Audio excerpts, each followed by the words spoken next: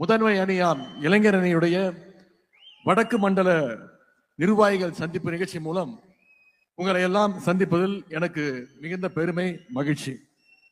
2 ஆண்டுகளுக்கு முன்பு இளைஞர் அணியுடைய 2வது மாநில மாநாட்டை சேலத்துல வெற்றிகரமா நடத்தி காட்டணும். அந்த மாநாட்டுடைய வெற்றி, அதன் பிறகு வந்த 2024 நாடாளுமன்ற தேர்தலில் நமக்கு மிகப்பெரிய வெற்றியை தமிழ்நாட்டு மக்கள் கொடுத்தாங்க. இங்கே திரண்டிருக்கக்கூடிய இந்த பொழுது வருகின்ற 2026 சட்டமன்ற தேர்தலையும் அதே வெற்றியை நீங்க நிச்சயம் நம்முடைய தலைவருக்கு கொடுப்பீங்க அப்படின்ற அந்த நம்பிக்கை எனக்கு நிச்சயம் இருக்கு. அதற்கு அந்த வெற்றிக்கு இந்த நிர்வாகிகள் சந்திப்பு மிக மிக முக்கியமான ஒரு காரணமாக நிச்சயம் அமையும். இன்னைக்கு பல கட்சிகள், இயக்கங்கள் உறுப்பினர்கள் சேர்க்கவே தடுமாறிட்டு இருக்கும் போது இன்னைக்கு திராவிட முன்னேற்ற கழகத்துடைய நம்ம இளைஞர் அணி ஒவ்வொரு பூத் வரைக்கும் நிர்வாகிகளை நியமனம் பண்ணியிருக்கிறோம். அந்த வகையில இன்னைக்கு 91 சட்டமன்ற தொகுதிகளுக்குள்ள மாவட்டம், மாநகரம், ஒன்றியம், நகரம் முதல் பாகம் வரை பூத் வரைக்கும் அமைப்பாளர், துணை அமைப்பாளர்னு 1,30,000 நிர்வாகிகள் இந்த கூட்டத்திற்கு, இந்த சந்திப்புக்கு நீங்க வருகை தந்திருக்கீங்க. இந்த சந்திப்புக்கு முதல்ல அனுமதி வழங்கிய நம்முடைய கழக தலைவர் அவருக்கு முதல்ல இளைஞரணியின் சார்பாக என்னுடைய நன்றியை தெரிவித்துக் கொள்கின்றேன். அதேபோல கழகத்துடைய பொதுச் செயலாளருக்கும், முதன்மை செயலாளருக்கும், வந்திருக்கக்கூடிய அனைத்து துணை பொதுச் செயலாளர்களுக்கும், இந்த சந்திப்பை இவ்வளவு சிறப்பாக ஏற்பாடு செய்திருக்கக்கூடிய உங்களுடைய மாவட்ட அமைச்சர், மாவட்ட கழக செயலாளர் அண்ணன் ஏவா வேலு அவர்களுக்கும் இளைஞரணியின் சார்பாக என்னுடைய நன்றியை நான் தெரிவித்துக் கொள்கின்றேன். அது மட்டுமல்ல, இந்த சந்திப்பை சாத்தியப்படுத்திய அனைத்து மாவட்ட அமைச்சர்கள், மாவட்ட பொறுப்பு அமைச்சர்கள், மாவட்ட, ஒன்றிய, நகர, பேரூர் கிளைக்கழக செயலாளர்கள், இளைஞரணியினுடைய மாநில துணை செயலாளர்கள், அனைத்து மாவட்ட அமைப்பாளர்கள், துணை அமைப்பாளர்கள், உங்க அத்தனை பேருக்கும் இந்த நேரத்தினுடைய நன்றியை நான் தெரிவிச்சிருக்கேன். வந்திருக்கக்கூடிய அனைத்து இளைஞரணி தம்பிமார்களையும் சகோதரர்களையும், இளைஞரணி செயலாளரா உங்க அத்தனை பேரையும் வருக வருக என வரவேற்கிறேன். என்னுடைய நன்றியும் நான் தெரிவித்துக் கொள்கின்றேன். திருவண்ணாமலையில மலை இருக்குன்னு எல்லாருக்குமே தெரியும். ஆனா மலை மட்டும் இல்ல, இங்க திருவண்ணாமலையில கடலும் இருக்கின்ற அளவுக்கு இங்கே கடல் போல கூடி இருக்கக்கூடிய என்னுடைய இளைஞரணி தம்பிமார்கள் அத்தனை பேருக்கும் என்னுடைய நன்றியை நான் தெரிவித்துக் கொள்கின்றேன். இங்க நின்ற தேர்தல்லாம் வென்ற தலைவர் கலைஞர். அவர் வழியில இன்னைக்கு தான் தலைவராக பொறுப்பேற்ற பிறகு இந்த இயக்கம் சந்தித்த அனைத்து தேர்தலையும் வெற்றியை மட்டுமே கொடுத்திருக்கக்கூடிய நம்முடைய கழக தலைவர் அவர்கள் இங்கே பெருமையோடு பூரிப்போடு உட்கார்ந்திருக்கிறார். சேலம் இளைஞரணி மாநாட்டில் தலைவர் பேசும்போது குறிப்பிட்டு பேசினார், வாழ்த்து பேசினார்.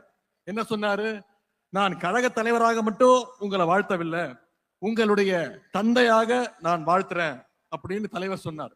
ஏன்னா உதயநிதி மட்டும் என்னோட பிள்ளை கிடையாது, என்னுடைய வாரிசு கிடையாது, இங்க கூடி இருக்கக்கூடிய லட்சோப லட்ச இளைஞர்களும் என்னுடைய வாரிசு, என்னுடைய கொள்கை வாரிசு அப்படின்னு தலைவர் அவர்கள் நம்மளை பாராட்டினார்.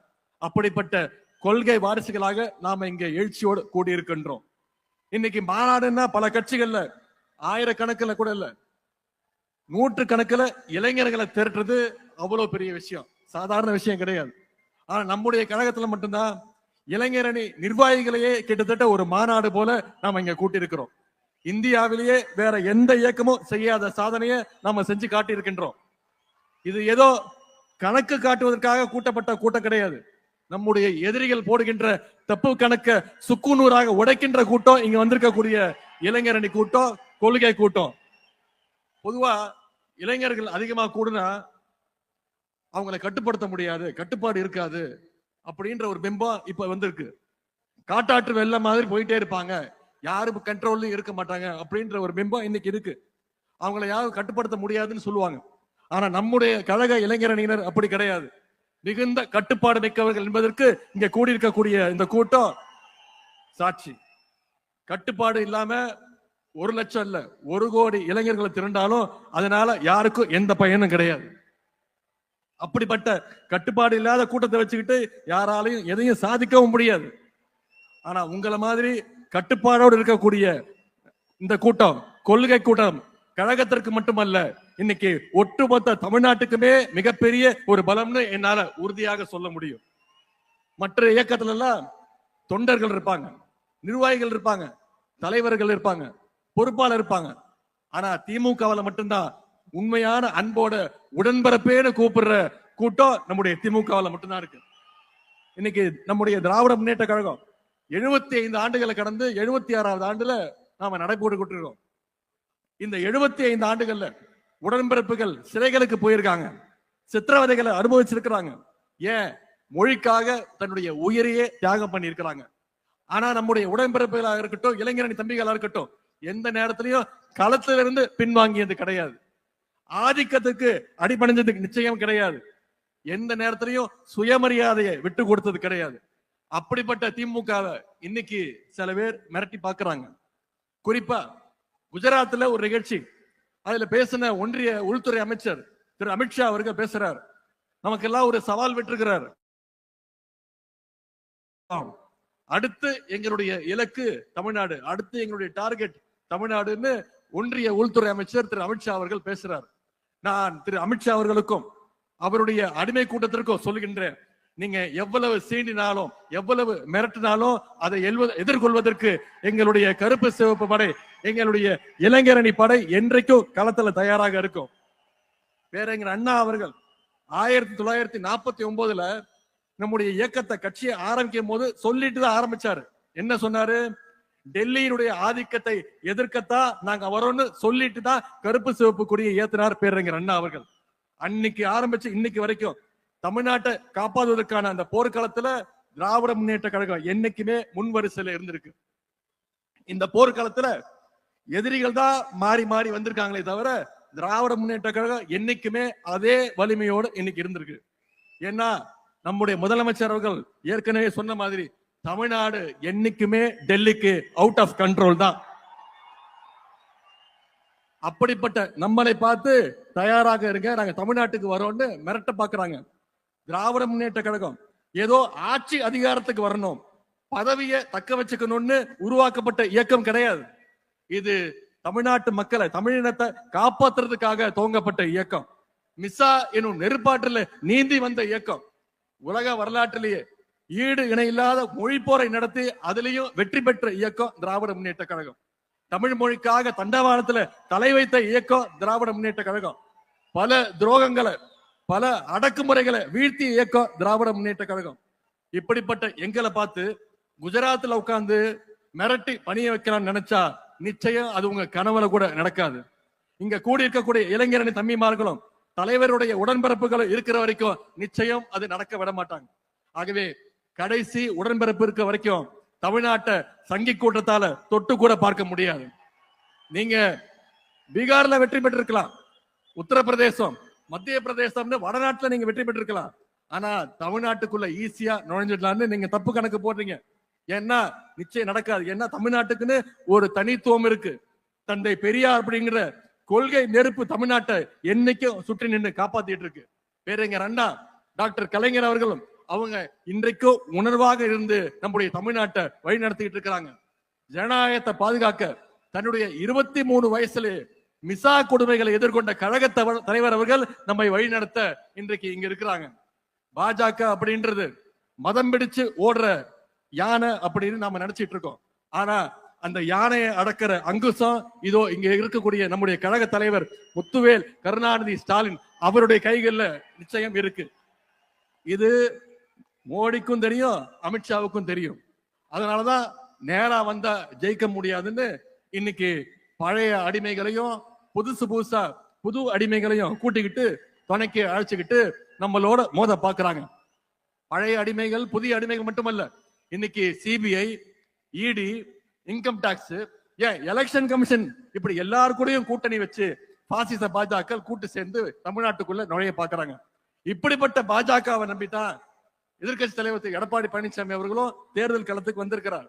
ஆனா நாம அப்படி இல்லை. முழுக்க முழுக்க கழகத்துடைய தொண்டர்களையும் இளைஞரணி தம்பிமார்களையும் தமிழ்நாட்டு மக்களையும் நம்பி நாம களத்துக்கு வந்திருக்கிறோம். நாம தொடர்ந்து மக்களோட இருக்கோம், மக்களும் தொடர்ந்து நம்மோட இருப்பாங்க, அந்த நம்பிக்கையோட இருக்கும்.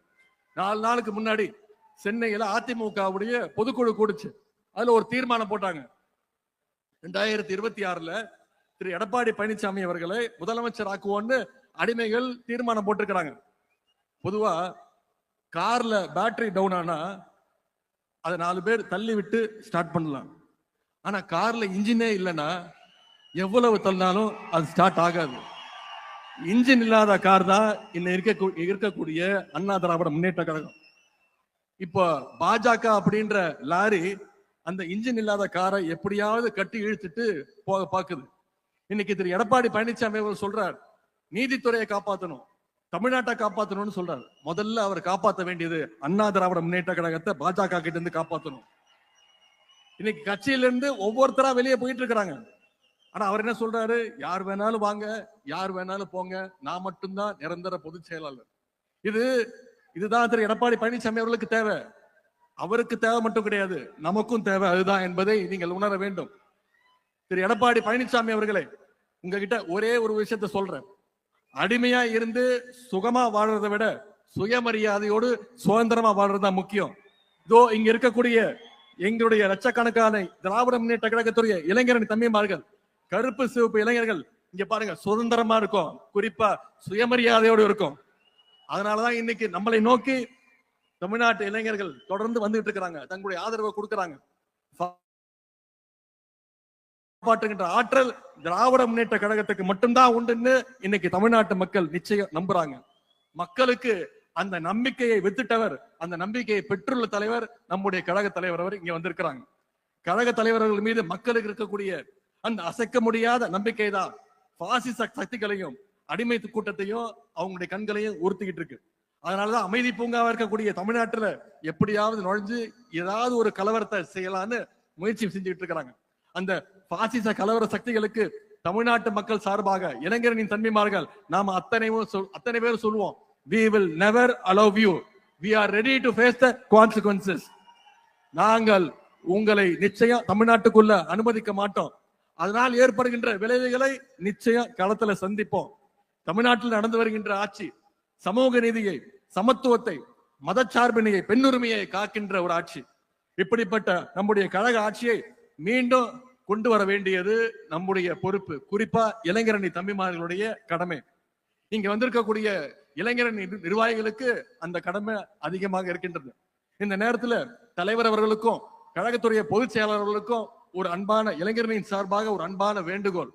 நிச்சயம் வர இருக்கின்ற சட்டமன்ற தேர்தலில் எங்களுடைய இளைஞர்களுக்கு நீங்க போட்டியிட அதிகமாக வாய்ப்பை தர வேண்டும். இளைஞர்களுக்கு கொடுக்க வேண்டும், இளைஞரணிக்கு தான் கொடுக்கணும்னு சொல்ல, இளைஞர்களுக்கு கொடுக்க வேண்டும் கோரிக்கை வைக்கிறேன். இளைஞரணி சார்பாக என்னென்ன பணிகள்லாம் செஞ்சிருக்கோம்னு நம்முடைய துணை பொதுச் செயலாளர் ஆர் ஆசா அவர்கள் இங்க பேசினாங்க. இவ்வளவு நாளா நாம என்ன செஞ்சோம் அப்படிங்கிறது எவ்வளவு முக்கியமோ அதே மாதிரி இனிமே என்ன செய்ய போறோங்கிறதும் மிக மிக முக்கியம். அப்படி நமக்கு முன்னாடி இருக்கக்கூடிய முதல் பணி, அடுத்த முக்கியமான பணி தான் 2026 சட்டமன்ற தேர்தல் பணி.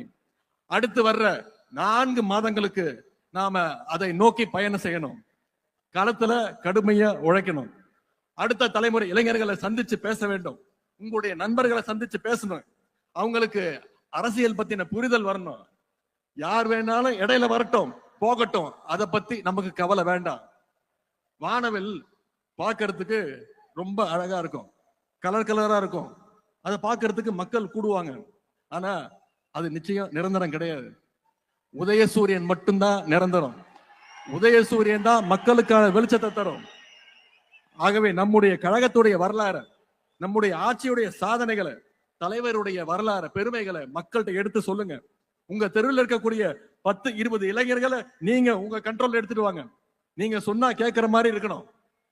10 வீட்டுக்கு 20 வீட்டுக்கு நான் பொறுப்பு, இந்த தெருவில் இருக்கிற வாக்குகளுக்கு நான் பொறுப்புன்னு அந்த டார்கெட்டை பிக்ஸ் பண்ணி இளைஞரணி தம்பிமார்கள் வேலை செய்யணும்.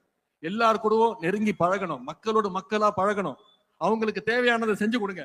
தமிழ்நாட்டுல எந்த வீட்டை எடுத்துக்கிட்டாலும் நம்முடைய திராவிட மாடல் அரசுடைய திட்டங்கள் நிச்சயம் அந்த வீட்டுல ஒரு பயனாளியாவது நிச்சயம் இருப்பான். அதை மக்கள்கிட்ட தொடர்ந்து ஞாபகப்படுத்துங்க. திட்டங்களை எடுத்து பேசுங்க. மக்களை சந்திச்சு மக்களோட மக்களா பழகுங்க. அவங்களுடைய நம்பிக்கையை பெறுங்க. இந்த பணியெல்லாம் நாம சரியா செஞ்சா நிச்சயம் நம்முடைய கழகம் 7வது முறையாக ஆட்சி அமைக்க போவது உறுதி. நம்முடைய கழக தலைவர் அவர்கள் தொடர்ந்து 2வது முறையாக முதலமைச்சர் நாற்காலில் உட்கார போவது உறுதி. நாம பெறப்போகிற வெற்றி சாதாரண வெற்றியாக இருக்கக்கூடாது. 70,000 பூத்திலையும் நிச்சயம் உதயசூரியன் வெற்றி பெற்றாக வேண்டும். 70,000 பூத்திலையும் மிகப்பெரிய வாக்கு வித்தியாசத்துல வெற்றி பெற வேண்டும். நம்முடைய தோழமை கட்சியுடைய வெற்றி உறுதி செய்யணும். அதற்கு இந்த இளைஞரணி வடக்கு மண்டல நிர்வாகிகள் சந்திப்பு நிச்சயம் ஒரு அடித்தளமா இருக்கும்னு நம்புறேன். இங்க வந்திருக்கக்கூடிய இளைஞரணி தம்பிமார்கள், நீங்கள் திரும்பி போகும்போது ஒவ்வொரு இளைஞரணி நிர்வாகியும் அந்த உறுதியோட அந்த நம்பிக்கையோட நீங்க சொல்லணும். திருவண்ணாமலையில கூடினோம், டிக்கெட்டும் இதனால தமிழ்நாட்டுல வென்றோம் அப்படின்னு நாளைய வரலாறு சொல்லணும். இந்த நேரத்துல இறுதியா ஒரே ஒரு விஷயத்தை தலைவர்கிட்ட சொல்ல விரும்புகின்றேன். இளைஞரணி தம்பிமார்களுக்கு நினைவுபடுத்த விரும்புகின்றேன். 2ஆம் உலகப் போர் சமயத்துல ஜெர்மனியோட படையெடுப்பை தாக்குப்பிடிக்க முடியாம எதிரில இருந்த எல்லா நாடுகளும் ஜெர்மனி கிட்ட போய் சரண்டர் ஆயிட்டாங்க. ஆனா அப்படிப்பட்ட ஜெர்மனியவே எதிர்த்து நின்னது ஒரே ஒரு ரஷ்ய நகரம். அந்த நகரம் தான் தோற்கடிச்சது. அந்த நகரத்துடைய பெயர் ஸ்டாலின் கிராட். அதே மாதிரி நம்ம நாட்டுல பாசிஸ்டுகளுக்கு எதிரான போர்ல இந்தியாவின் ஸ்டாலின் கிராடா இருந்து நம்முடைய தமிழ்நாடு களத்துல நின்று ஜெயிச்சு காட்ட வேண்டும். நம்முடைய தலைவர் தலைமையை மீண்டும் கொண்டு வர வேண்டும். அதற்கு இங்க கூடியிருக்கக்கூடிய லட்சோப லட்சம் இளைஞரணி பட்டாளம் நம்முடைய தலைவருடைய கரங்களை நாம் வலுப்படுத்த வேண்டும். வென்றோம் வென்றோம் வென்றோம் 200 படைப்போம் வரலாறு என்ற சாதனையை படைக்க அடுத்த 100 நாட்கள் இளைஞரணி தம்பிமார்கள் களத்துல இருந்து உழைப்பதற்கு நாங்கள் உறுதி சொல்கின்றோம். இந்த வாய்ப்புக்கு நன்றி கூறி விடைபெறுகின்றேன். தலைவர்களுக்கு நன்றி, வணக்கம்.